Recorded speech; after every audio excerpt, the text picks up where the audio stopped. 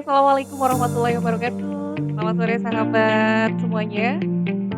Di sini kita dalam acara Ngobras, pada ngobrol asik dan santuy bersama Fakultas Dakwah. Pada kesempatan hari ini, di kesempatan yang sangat berbahagia ini, kita bersama salah satu narasumber yang sangat luar biasa. Beliau itu adalah Bapak Nurma Ali Ridwan MAG, Kepala Pusat Pengabdian Masyarakat di IAIN Purwokerto. Sebelumnya perkenalkan, saya sebagai host Siti Nurmahyati. Dan tema yang akan diangkat pada kesempatan hari ini yaitu moderasi beragama. Kayaknya sudah cocok Kepala Pusat Pengabdian Masyarakat berbicaranya moderasi beragama ya Pak ya. Ya kalau potong nggak cocok dicocok-cocokkan. Iya. Sebelumnya sehat Bah?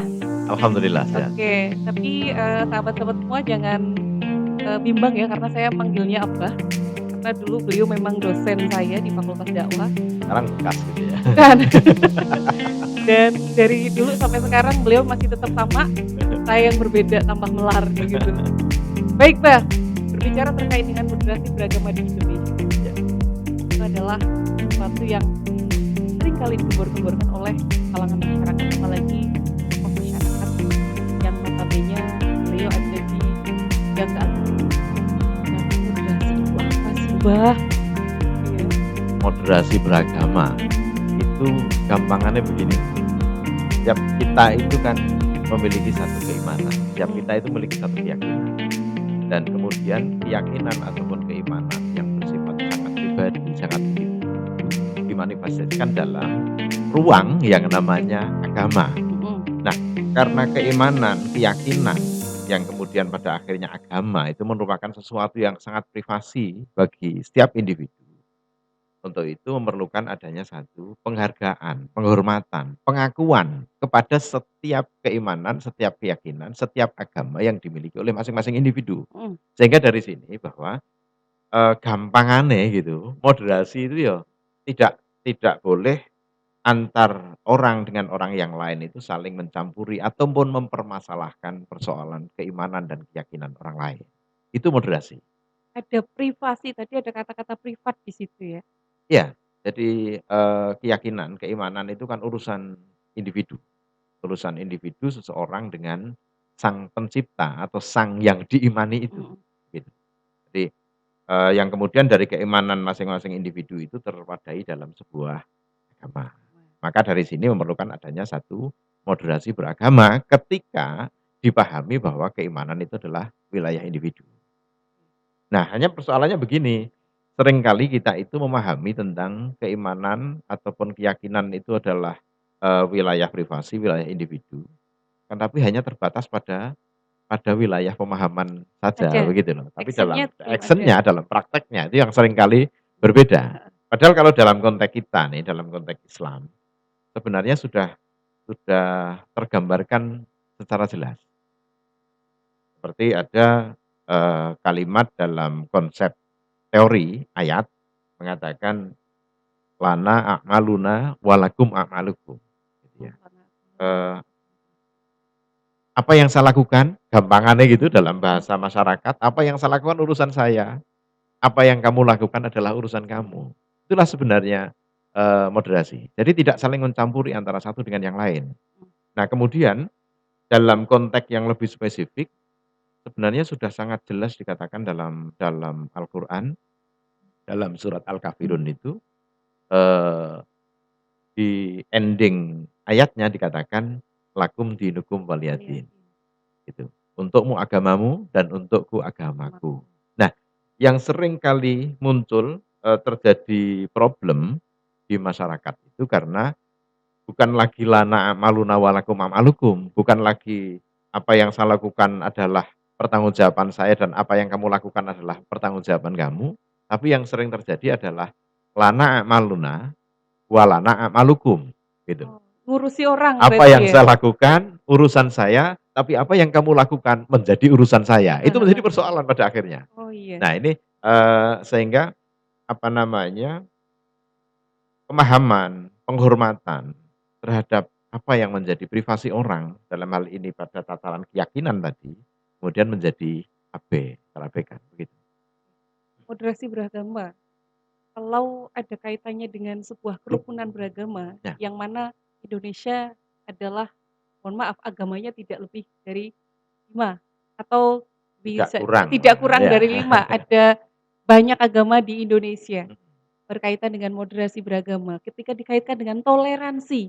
Kalau tadi saya, urusanmu Mhm, urusanmu. ya. Tapi ketika itu menjadi salah satu hak pribadi saya tidak Mhm. bisa mengurusi urusan orang lain, jatuhnya nanti kita akan menjadi orang yang egois, ya kan? Bukan begitu.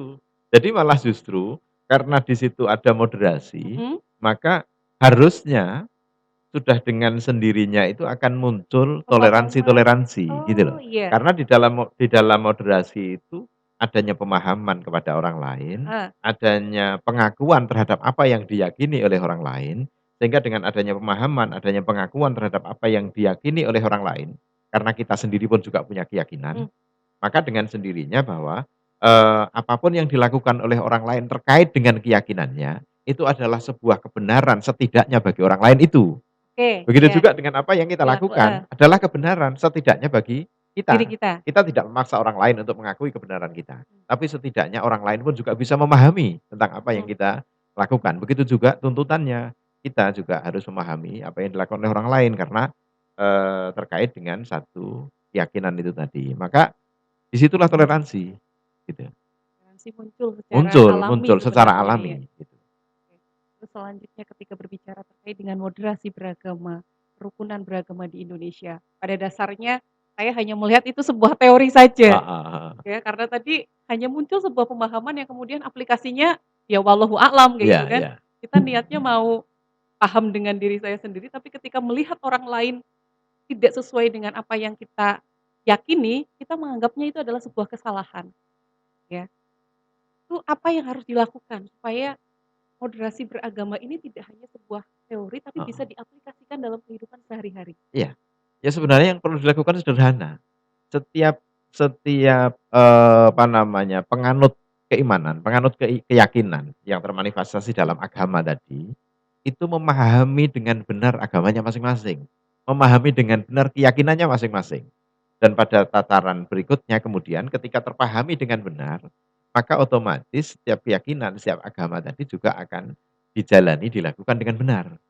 Nah, ketika sudah dijalani dengan benar, karena pemahaman yang benar, karena ilmu yang benar, pengetahuan yang benar, maka secara otomatis, yang namanya moderasi, yang namanya toleransi akan terjadi dalam kehidupan kita di masyarakat. Mhm, Nah, adanya tadi yang Mbak Cenung katakan, seringkali terjadi satu kontradiksi hanya terhenti pada tataran teori, tapi aplikasinya sama sekali tidak ada, yaitu karena pemahaman gitu. Karena pemahaman seseorang di dalam memahami keyakinannya sendiri, gitu. Nah, kedangkalan pemahaman inilah yang kemudian seringkali menjadi satu persoalan dalam oke. kehidupan di masyarakat, gitu. Iya, kedangkalan pemahaman ya. Nah, kurang lebihnya. Pura-pura paham tapi hanya sekedar, ya iya, tidak tidak, kayak gitu. Ya, itu tadi, seperti yang tadi saya ungkapkan di awal, "Lana amaluna wa lakum amalukum." Ketika itu kita pahami secara baik dan benar, sebenarnya selesai gitu loh. Tapi yang seringkali kan itu dipahami, dihafal, kemudian artinya pun kemudian dihafal, tapi tataran aplikasinya seringkali lana amaluna wa lana amalukum. Mhm, Kamu tidak boleh mencampuri urusanku, tapi urusanmu juga menjadi urusanku. Itu yang jadi persoalan. Nah, kalau kalau hal seperti itu terjadi kan otomatis disadari atau tidak kita sadari akan menimbulkan konflik di iya, tengah-tengah mhm, kehidupan masyarakat. baik. Itu kan moderasi berbicara terkait dengan ketika kita berbicara pribadi. Kemudian moderasi dalam lingkup yang lebih luas, lingkup negara. Negara Republik Indonesia yang heterogen, yang Heeh. masyarakatnya, keinginannya itu sangat-sangat banyak dan sangat-sangat tidak bisa ditebak gitu ya. Sebenarnya begini Mbak Senung, jadi hal itu tidak terbatas pada urusan Oh, pribadi tidak ada batasan, ataupun juga, apa namanya, lingkup yang lebih lingkup besar. yang lebih besar. Karena ketika, sesuatu yang lebih besar dalam, bahasa Mbak Cenung tadi lingkup negara gitu. Negara itu kan juga berangkat dari pribadi-pribadi. Mhm, Nah, ketika pribadi-pribadinya tadi sudah tertata dengan baik, individu-individunya itu sudah tertata dengan benar, maka yang muncul adalah dari setiap keyakinan yang ada yang diyakini oleh setiap individu yang ada di warga negara ini, maka pasti akan menghasilkan sebuah kasih, menghasilkan sebuah sayang, menghasilkan sebuah cinta, Oke. gitu. Karena Mhm. keyakinan yang ada, keyakinan setiap individu, ending dari satu keyakinan itu sebenarnya cinta. Berarti kalau masih ada problem dalam sebuah masyarakat atau problem dalam diri sendiri, cinta itu belum muncul gitu, cinta kasihnya belum muncul? Ya, bisa jadi muncul, tapi hanya sebuah kepalsuan belaka begitu loh. Oh, iya iya iya, cinta yang palsu. Terus kemudian saya pernah baca satu artikel yang mana moderasi beragama itu adalah titik awal kerukunan, antar umat beragama. Iya Itu betul. menurut panjenengan sebagai pemateri gimana itu, Pak? Ya seperti, saya sepakat itu, seperti tadi yang saya katakan gitu ya. Jadi, ketika moderasi beragama, ketika moderasi itu sudah tertanam dalam kehidupan setiap individu, maka dengan sendirinya akan muncul, apa yang namanya yang dinamakan dengan toleransi. Ketika toleransi sudah terjadi dalam kehidupan masyarakat, maka dengan sendirinya adalah kerukunan akan tercipta. Ketika kerukunan yang di sana tercipta, maka secara otomatis orang tidak akan ada lagi yang mempermasalahkan tentang, "Lo punya keyakinan apa, gue punya keyakinan apa. Kamu agamamu apa, saya agamanya apa." Tidak lagi kemudian orang, ketemu, orang bergaul harus mempertanyakan tentang agama setiap orang, ndak perlu karena adanya satu kesadaran bahwa itu adalah wilayah antara saya dengan Sang Pencipta atau saya dengan sang yang saya yakini itu, kan begitu? Yaitu kesadaran. Sekali lagi, kesadaran itu adalah salah satu hal yang saya sadar, tapi ketika tidak sadar itu loh yang kadang membuat bahwa seharusnya saya paham, seharusnya saya tahu, tapi pada aplikasinya, I cannot, saya tidak bisa Nah itu gitu. berarti nggak paham. Oh gitu ya. Berarti memang ketika seseorang, menggembur-gemburkan bahwa moderasi beragama, terus kemudian ketika, berperilaku tidak sesuai dengan apa yang dinyatakan sama panjenengan tadi itu, Iya. apakah bisa disebutkan bahwa orang itu tidak menganut moderasi beragama? Atau orang itu tidak menganut toleransi? Ya, saya tidak mengatakan begitu. Ya bisa jadi kalaupun toh dia kemudian menggembar-gemborkan tentang moderasi, menggembar-gemborkan tentang toleransi, tapi dalam prakteknya ternyata berbeda dengan apa yang dia katakan, dia ucapkan, ya barangkali itu hanya sebagai sebuah kamuflase belaka, Heeh. casing yang Iya ingin dia iya. tampilkan. Karena, dunia saat ini dalam kehidupan global ini kan orang seringkali kemudian mementingkan casing dalam kehidupannya. Karena dengan casing itulah yang akan cepat meningkatkan rating dalam kehidupan seseorang, gitu loh. Ada moderasi, ada Iya, toleransi. Adakah perbedaan di antara kedua kata-kata itu, kalimat-kalimat itu? kalau dalam kata berbeda, Moderasi, moderasi, terus kemudian toleransi. toleransi. Tapi kalau dalam, sebuah paham itu merupakan satu satu kesatuan gitu ya, di mana, toleransi itu merupakan buah dari moderasi. Kemudian dari toleransi membuahkan kerukunan, dari kerukunan membuahkan kebersamaan, kebersamaan menghasilkan cinta, kan gitu. Mhm. Tapi pada dasarnya cinta itu belum muncul ya, karena belum ada sebuah kebersamaan. Karena ketika saya berbicara moderasi beragama, ada banyak sekali problem di dalam masyarakat yang mohon maaf ketika di berita, ada berita A, berita B yang seharusnya Indonesia bisa seperti, eee, sebuah keindahan yang bisa dipandang sangat baik oleh setiap negara. Ya. Tapi pada akhirnya Indonesia dipandang sebagai negara yang rawan konflik. Indonesia, katanya menganut sistem toleransi dan moderasi beragama, tapi ternyata antar agama yang mohon maaf ya, Islam dan Islam itu saling menghujat, bahkan saling menyalahkan dan membenarkan. Ini satu hal yang miris, tiap orang sudah berbicara terkait dengan moderasi beragama, tapi belum banyak yang memahami hal itu, kayak gitu. Ya, tapi Jadinya untuk saat ini kita sudah,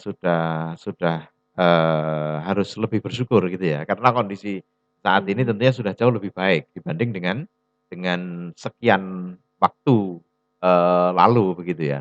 Nah, kenapa kok sekarang jauh lebih baik? Ya kembalinya kepada tadi, karena pemahaman orang semakin baik juga dan kemudian, pengetahuan serta kedalaman, ilmu, kedewasaan berpikir akan menghasilkan kedewasaan dalam bertindak dan bersikap bagi setiap orang yang memiliki keyakinan itu tadi, gitu.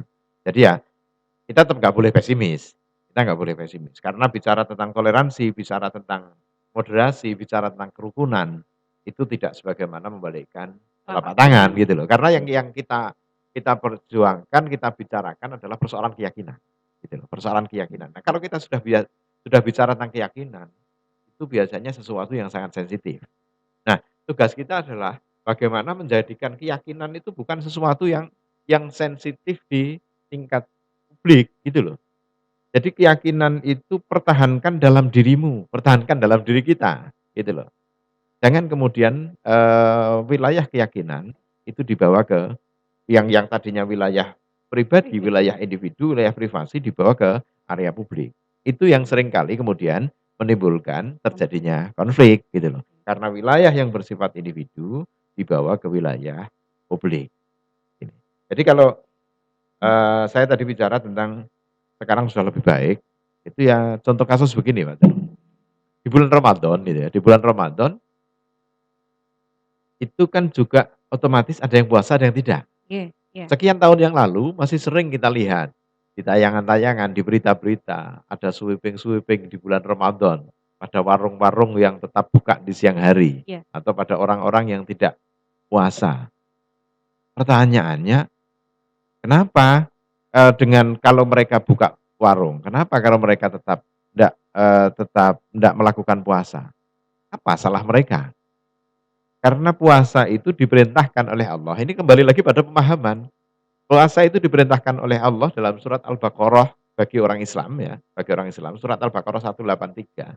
Di sana dikatakan ya ayyuhalladzina amanu kutiba alaikumusiyam kama kutiba alal ladzina min qablikum la'allakum tattaqun. Ya ayyuhalladzina amanu itu merupakan satu panggilan dari Allah yang kemudian nantinya akan mendapatkan jawaban dari orang yang merasa dipanggil oleh Allah Subhanahu wa taala. Ketika orang itu kemudian mendekati panggilan itu, maka dia kemudian akan bertanya, "Wahai Allah, ada apa kami dipanggil?" Yang datang kepada panggilan itu tentunya dia yang orang yang beriman. Kalau dia nggak mendatangi panggilan itu berarti dia tidak beriman. "Ya Allah, kenapa engkau manggilku?" Kemudian Allah mengatakan, "Kutiba alaikumusiyam." Kalian akan aku perintahkan, wajibkan kepada kalian untuk menjalankan puasa. Dan puasa ini adalah sesuatu yang sudah dilakukan oleh umat-umat sebelum kalian. Nah, di dalam pelaksanaannya puasa ini sebenarnya juga mengandung satu pelajaran yang luar biasa dari Allah Subhanahu wa taala, bahwa ternyata dalam kehidupan ini kita tidak boleh melupakan, mengabaikan sejarah masa lalu atau tradisi yang sudah berjalan, di mana tradisi itu suatu yang baik, gitu. Nah, sekarang alhamdulillah gitu, alhamdulillah, setiap Ramadan sudah tidak ada lagi sweeping-sweeping seperti itu. Nah, Sengaja tidak ditiadakan atau seperti apa? kalau menurut saya mulai munculnya satu kesadaran Iya. Tidak bahwa ngurusi orang ya. iya, bahwa soal puasa atau tidak itu urusan mereka. Kalaupun toh saya puasa, itu urusan saya dengan Tuhan, bukan urusan saya dengan siapa-siapa, karena saya merasa diperintah oleh Tuhan, kan begitu? Iya. Sebenarnya sangat sederhana ya. Sangat Sederhana, sederhana. tapi aplikasinya tuh kadang ada orang yang harus mengatakan bahwa angel banget sih untuk bisa jadi orang yang moderat kayak gitu ya. Susah banget sih untuk jadi orang yang moderat seperti itu. Ya karena, orang ya kita bicara bicara umum ya, bahwa, orang itu kebanyakan tidak memiliki kemandirian, baik di dalam berpikir maupun bersikap. Sehingga mudah kemudian mendapatkan satu, apa namanya, pengaruh dari orang lain, Mmm. seperti itu. Nah, ketika setiap orang yang beriman itu memahami tentang keimanannya dengan benar, terus kemudian dia juga memiliki kemandirian, dalam berpikir maupun bersikap, bertindak, maka otomatis dia juga akan, tidak mudah, apa namanya, kepancing terhadap perilaku-perilaku intoleran yang mungkin terjadi di sekitarnya. Kalau tadi disebutkan bahwa salah satu contohnya di puasa sekarang ini tidak Ya. lagi ada sweeping-sweeping kayak gitu kan. Saya tertarik untuk menarik sebuah tema ketika moderasi ini dikaitkan dengan nilai-nilai dakwah, yang otomatis ketika orang berbicara tentang dakwah ya wis agama gitu ya. Iya, Ya dan betul. sering sekali dibenturkan seperti itu, Mhm. dibenturkannya dengan agama. Terus kemudian ketika mohon maaf, tujuan dari berdakwah itu kan memperbaiki. sesuatu yang tidak baik menjadi lebih baik. Ketika tadi sweeping itu setiap bulan Ramadan dilakukan, ada harapan orang itu ketika tidak puasa setelah di-sweeping terus kemudian malu ya besoknya puasa gitu kan. Tapi kalau dikaitkan dengan sebuah moderasi atau toleransi, ya wis lah, kowe puasa ya karepe, aku ora puasa ya karepe. Itu nilai dakwahnya nanti di mana, Bah? Jadi begini ya, Kan rasanya eee, ngejor banget jangan gitu loh. jangan salah gitu, jangan salah, bahwa apa namanya, dakwah itu tetap berjalan. Mhm, Tapi yang harus kita ingat bahwa perubahan yang diharapkan, perubahan yang terjadi dari dakwah yang dilakukan adalah perubahan atas dasar kesadaran, oke, bukan perubahan atas dasar takut karena intimidasi, kan begitu? Karena kalau perubahan terjadi karena takut dan intimidasi, maka yang ada itu hanya sebuah kamuflase dan sementara. Oleh karena itu, dakwah tetap karena garis dakwah jelas kan, "Ud'u ila sabili rabbika rabbika bil bil hikmah." hikmah Kan wal gitu loh. mau'izatil Hikmah hasanah. itu yang harus dikedepankan, Iya wal iya. mau'izatil hasanah, kan begitu. Jangan kemudian, menggunakan yang cara-cara yang lain, barangkali Berarti gitu. waktunya tinggal 2 menit, Bah, closing Oke statement, Bah. oke. Bagaimana, moderasi beragama itu bisa terjadi di Indonesia? Apa yang seharusnya kita lakukan supaya tidak lagi ada konflik yang mengatasnamakan agama, tidak lagi ada konflik yang ada di negara kita tercinta Indonesia, supaya kasih sayang, rasa cinta itu keluar dari masing-masing pribadi seseorang. Karena tadi jenengan sampaikan bahwa ketika rasa cinta, kasih sayang itu muncul, ya sudah, semuanya sudah bisa teratasi. Apa yang harus dilakukan? Oke. Jadi moderasi beragama, toleransi beragama, kerukunan beragama itu akan bisa tercipta manakala untuk adanya satu kesadaran dari setiap individu bahwa keyakinan adalah wilayah yang sangat privasi. Dan keyakinan yang kita yakini adalah bukan milik orang lain, bukan urusan orang lain. Persoalan keyakinan adalah persoalan kesadaran dan bukan pemaksaan. Ketika itu sudah dilakukan, maka insya Allah akan muncul dengan baik masalah toleransi, masalah moderasi, dan juga kerukunan yang pada akhirnya akan membuahkan sebuah cinta dalam kehidupan masyarakat. Ya Allah, terima kasih. Sangat luar biasa sekali sebenarnya waktu 20 menit ini untuk membahas moderasi beragama kurang ya. Seharusnya sampai nanti buka puasa. Terima kasih atas kesempatannya ya, Oke, Mbah, ya. sama-sama. Terima kasih sudah berhadir dalam acara Ngobras Fakultas Dakwah. Oke. Jadi, sahabat-sahabat Fakultas Dakwah, moderasi beragama itu memang harus dilakukan dalam kegiatan sehari-hari. Kematangan berpikir, keyakinan atas apa yang kita lakukan ini harus dimiliki oleh setiap individu, karena setelah itu akan muncul yang namanya cinta, karena yang setelah itu akan muncul yang namanya kasih sayang, hingga akhirnya setiap individu dari satu individu kemudian menyebar ke yang lainnya, maka kita akan bisa menjadi orang-orang yang bisa mengamalkan moderasi beragama.